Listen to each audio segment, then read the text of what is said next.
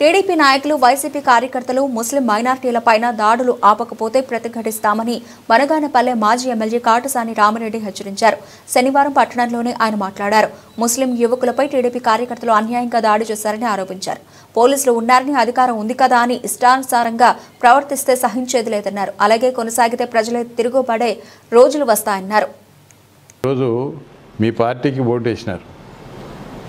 మీకు అన్ని విధాలుగా ఈరోజు ఈ పార్టీలోకి సంపూర్ణమైన మెజార్టీ కూడా టౌన్ నుంచి కూడా టీడీపీకే రావడం జరిగింది. అయినప్పటికీ కూడా ఈరోజు ముస్లిం యువకులు మీద దాడులు చేసి వాళ్ళను మరి భయభ్రాంతికి గురి చేసి ఇంకా భయపెట్టాలని చెప్పి ప్రయత్నం చేస్తూ ఉన్నారు. ఏదో ఒకరోజు ఖచ్చితంగా తిరగబడే రోజు కూడా అది త్వరలోనే వస్తుంది. కాబట్టి జాగ్రత్తగా ఉండండి. మీరు ఈరోజు ఈ ముస్లింలు యువకుల మీద ఎందుకు దాడి చేస్తూ ఉన్నారు? వాళ్ళు చేసిన పాపం ఎక్కడ?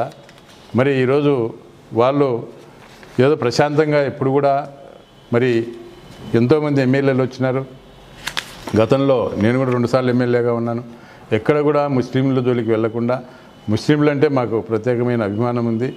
మరి వాళ్ళు ఓట్లు వేసినా వేయకపోయినా కూడా మరి అటువంటి ముస్లింల మీద, హిందువుల మీద ఎందుకు దాడులు చేస్తూ ఉన్నారు?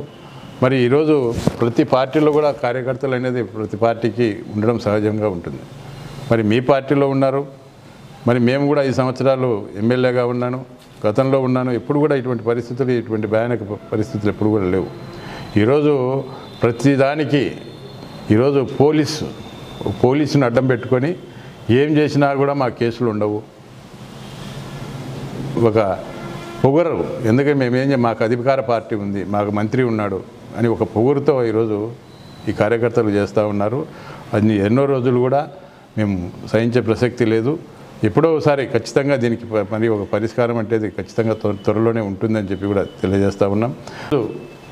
ఈ యొక్క దాడులు అనేది మరి ఈరోజు చాలా వరకు అన్ని ప్రాంతాల్లో కూడా, ఎందుకంటే గతంలో ఎన్నడూ లేని విధంగా కూడా చేయడం జరుగుతూ ఉంది. కాబట్టి ఈరోజు ఈ యొక్క మేనిఫెస్టో ఏదైతే ఉందో, మీరు ప్రభుత్వం వచ్చింది, ఈ ప్రభుత్వము మరి దీన్ని ఈ మేనిఫెస్టో ఏదైతే ఉందో, మీరు ఈ యొక్క పథకాలు ఏవైతే ఈ యొక్క సూపర్ 6 అని పథకం ఏదైతే పెట్టినారో అవన్నీ కూడా ప్రజలకు అందజేసి మంచి పేరు సంపాదించుకోవాలి. దాన్ని ఏదో విధంగా కప్పిపుచ్చుకోవడానికి, మసిపూచి మారేడుగా చేసేదానికి ప్రయత్నాలన్నీ చేస్తూ ఉన్నారు. కాబట్టి ఈరోజు మా